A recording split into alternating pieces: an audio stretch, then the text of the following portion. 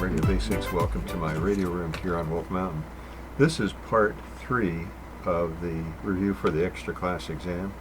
It is sub-element 3, radio wave propagation. It's composed of 3 exam questions and 3 groups. So not a lot of emphasis, but some interesting words and questions. So let's get with it. Okay, this is sub-element 3, radio wave propagation. First question, E3A01, what is the approximate maximum separation measured along the surface of the Earth between 2 stations communicating by moon bounce? 12,000 miles. E3A02, what characterizes liberation fading of an Earth, Moon, Earth, EME signal? Fading, so their answer is B, a fluttery, irregular fading. The other answer is slow change in CW pitch, gradual loss of signal, return echo several hertz slower. They're talking about fading, and the only one that has fading in the answer is B. E3A03, when scheduling EME contacts, which of these conditions will generally result in the least path loss? It says when the moon is at perigee or perigee, and that's when the moon is the closest. E3A04, what do Hepburn maps predict? I don't know. It says D, the probability of tropospheric propagation. EA305, tropospheric propagation of microwave signals often occurs along what weather-related structure? Hot and cold fronts, so the answer is C. E3A06, which of the following is required for microwave propagation via rain scatter? It says C, the rain must be within radio range of both stations. That sort of makes sense. So if you're going to use that to propagate the wave, it helps if both are in range. E3A07, atmospheric ducts capable of propagating microwave signals often form over what geographic feature? And the answer there, ducting is over bodies of water. E3A08, when a meteor strikes the Earth's atmosphere, cylindrical regions of free electrons, a cylindrical region of free electrons is formed at what layer of the ionosphere? The E layer, which they may be talking about E layer skip. I'm not sure what frequency they're talking about here. It says when a meteor strikes the Earth atmosphere, cylindrical propagation of free electrons, what layer? It says E. EA309, which of the following frequency range is most suited for meteor scatter communications? The obvious answer is C, 10 meters to 2 meters.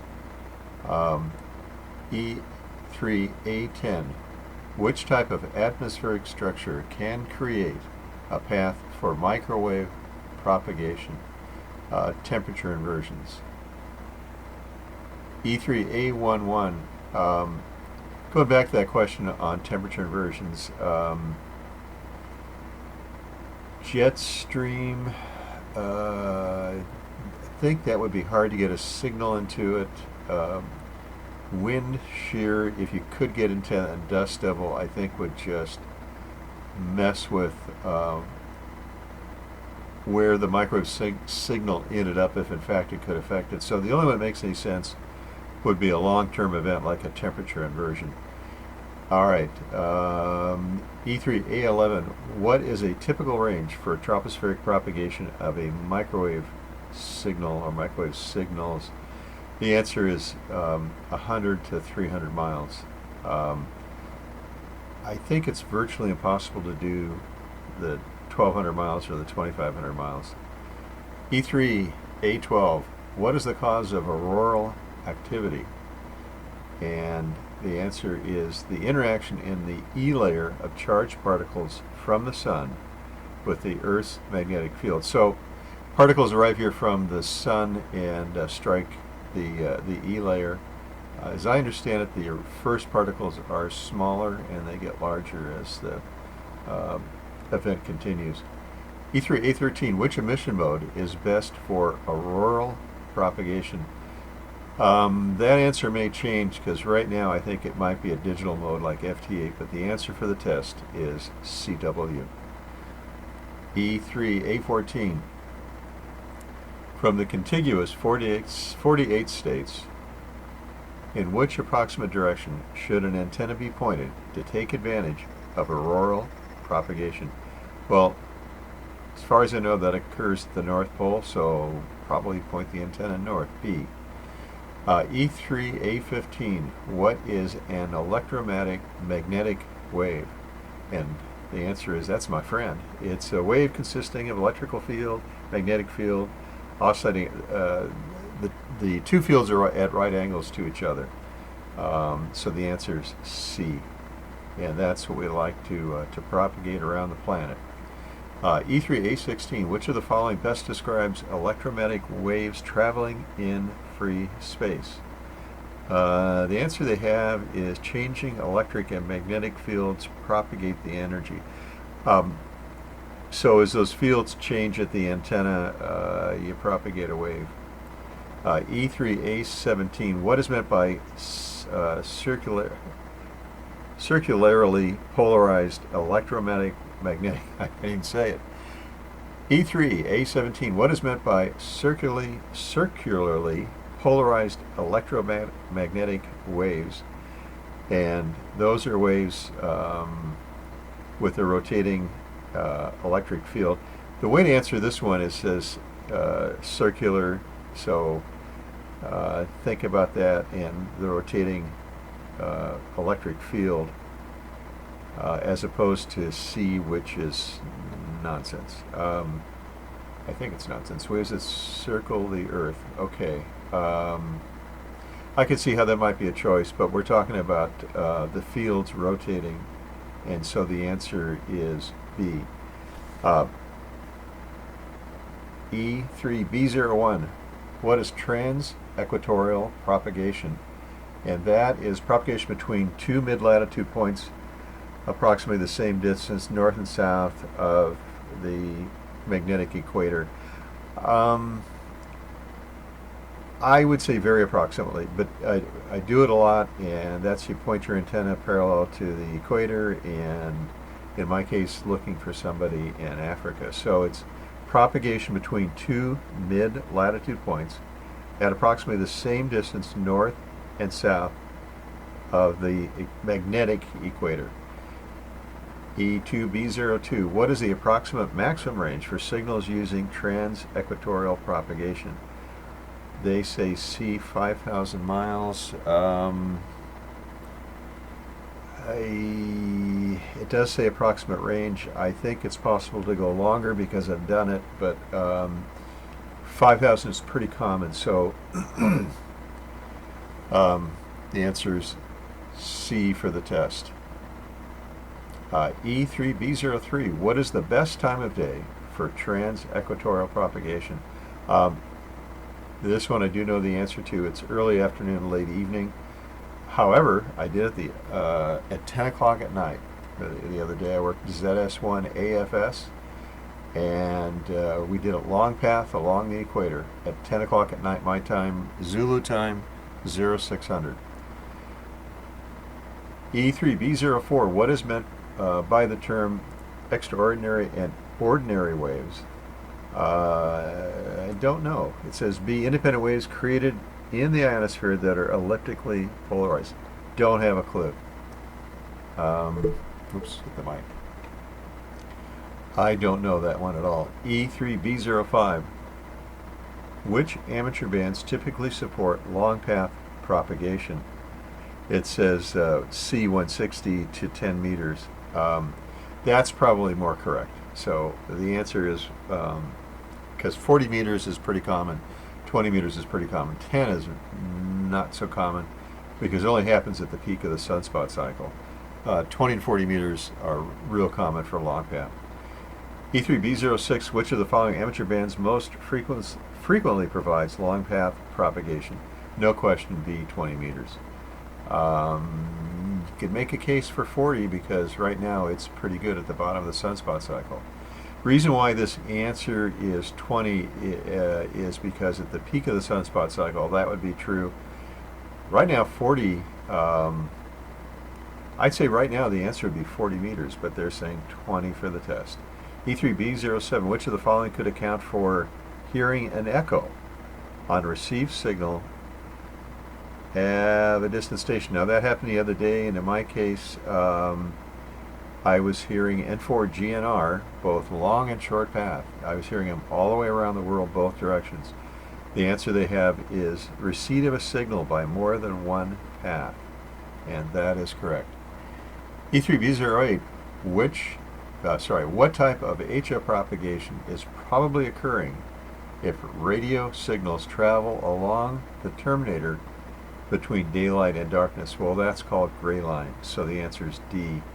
And I use gray line, and when you're on the ham bands, you'll be using it too because it's really is a great predictor for propagation. Not 100%, but if you look at the gray line from the beginning to the end, from the beginning of the gray line to the end of the gray line, that path is usually right on. E3B09, at what time of year is sporadic E propagation most likely to occur? And that's summer solstice, so the answer is A. E3B10, what is the cause of gray line propagation? Now, gray line propagation we didn't know about. It finally became defined for us in the 1970s. Before that, we just knew that that was the time to be on. The answer they have is at twilight and sunrise. D layer absorption is low, while E layer and F layer propagation remains high. So for me, it's the F layer. And so the D layer, which normally would absorb signals, that goes down, and E and F become really reflective. So the answer is B. E3B11, what time of day is sporadic E propagation most likely to occur? They say any time. Okay, I had a different answer, but that's the one they've got. E3B12, what is the primary characteristic of chordal hop propagation? Successive ionospheric reflection without an intermediate reflection from the ground. Alright, so that's where it's this may be related to 6 meters. It says successive ionospheric reflections without hitting the ground. E3B13, what is chordal hop propagation? Why is chordal E3B13, why is chordal hop propagation desirable? The answer is the signal experiences less loss compared to normal skip propagation. I think it's less loss because it doesn't hit the surface of the Earth. E3B14, what happens to linearly polarized radio waves that split into ordinary and extraordinary waves at the ionosphere? This one I have no clue. It says they become elliptically polarized. The other answer is bent, now random. That one could make some sense. Phase locked, and that doesn't make any sense. So the answer is C, elliptically polarized. E3C01, what does the term ray tracing describe in regard to radio communications? It's a way to model, so you can basically draw lines to see where paths are going to go. The answer is B, modeling a radio wave's path through the ionosphere. So ray tracing, just think of tracing on a piece of paper, you're modeling it. E3C02, what is indicated by a rising A or K index? It's as those numbers get higher, the disruption of the geomagnetic field becomes more likely, and it's an indicator of disruption. So the answer is A, increasing disruption of the geomagnetic field. And you'll learn that as you get on the air, because as the A and K numbers get higher, when they're really high, you can hardly hear yourself. E3C03. Which of the following signal paths is most likely to experience high levels of absorption when the A index or the K index is elevated? Charged particles have hit the Earth and they're reacting at the north and south pole. We're talking about aurora, so the answer would be polar paths going over the North Pole. E3C04. What does the value of B sub Z represent? I don't have a clue. It says the direction and strength of interplanetary magnetic field, Don't know that one at all. E3C05. What orientation of B sub Z increases the likelihood of incoming particles from the sun will cause disturbed conditions? What orientation? They say southward. Incoming particles from the sun will orientation. Don't know. The answer is A, southward. E3C06. By how much does VHF-UHF radio horizon distance exceed the geometric horizon? It goes further. They say the answer is 15%. The other answer is twice. That's way along. C's a possibility. D is not likely at all. So they say 15%. Some guys call it knife edge effect. It just continues on. E3C07. Which of the following descriptors indicates the greatest solar flare activity? X. Think of X-ray, X, planet X. E3C08. What does the space weather term G5 mean? And G5 is, oh my gosh, it's an extreme geomagnetic storm. That's an extremely strong storm. Things are really disturbed when it's G5. E3C09. How does the intensity of an X3 flare compare to that of an X2 flare? Like a lot of things, a change of one is doubling, so they're saying C, twice as great. So a 3 is twice as strong as a 2. E3C10. What does the 304A solar parameter measure? I don't know. It says UV emissions at 304 angstroms correlated to the solar flux index. Okay, way beyond my pay grade. So the way to remember that one probably is the word angstroms in the answer, so it's B. E3C11. What does VOA cap software model? It's propagation, so the answer is C, HF propagation. E3C12. How does the maximum distance of a ground wave propagation change when the signal frequency is increased?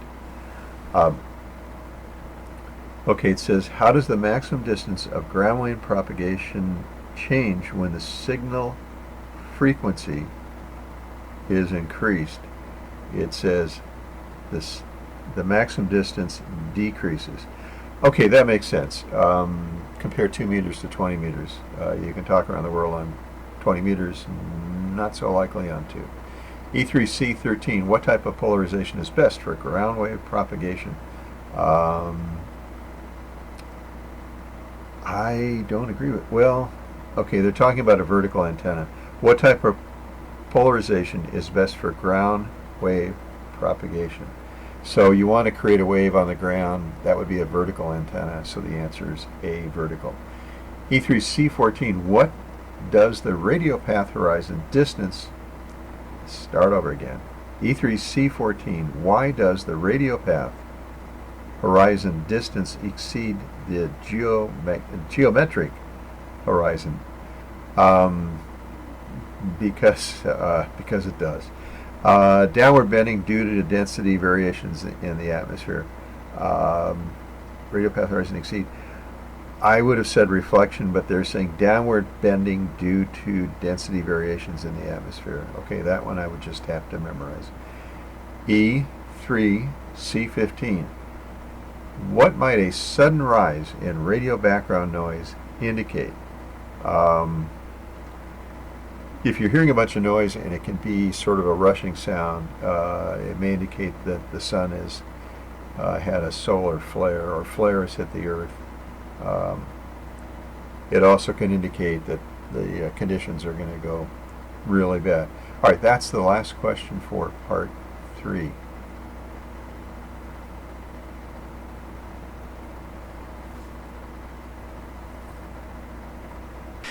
If you have a question, post it below. If you read somebody's question and you have an answer, answer the question. And if you have a comment, or if you saw, or if you heard me inadvertently give the wrong answer, or read a question incorrectly, or make some mistake because it's late at night, let me know. Post it on there, and we'll do a correction. If you haven't subscribed, please do subscribe. We're at 16,000, and I'm hoping to get to 30,000 in the next year. For now, I'm Jim, W6LG for Ham Radio Basics. Thanks for watching. You will pass the exam. You can do this, even with some of these crazy questions. 7-3.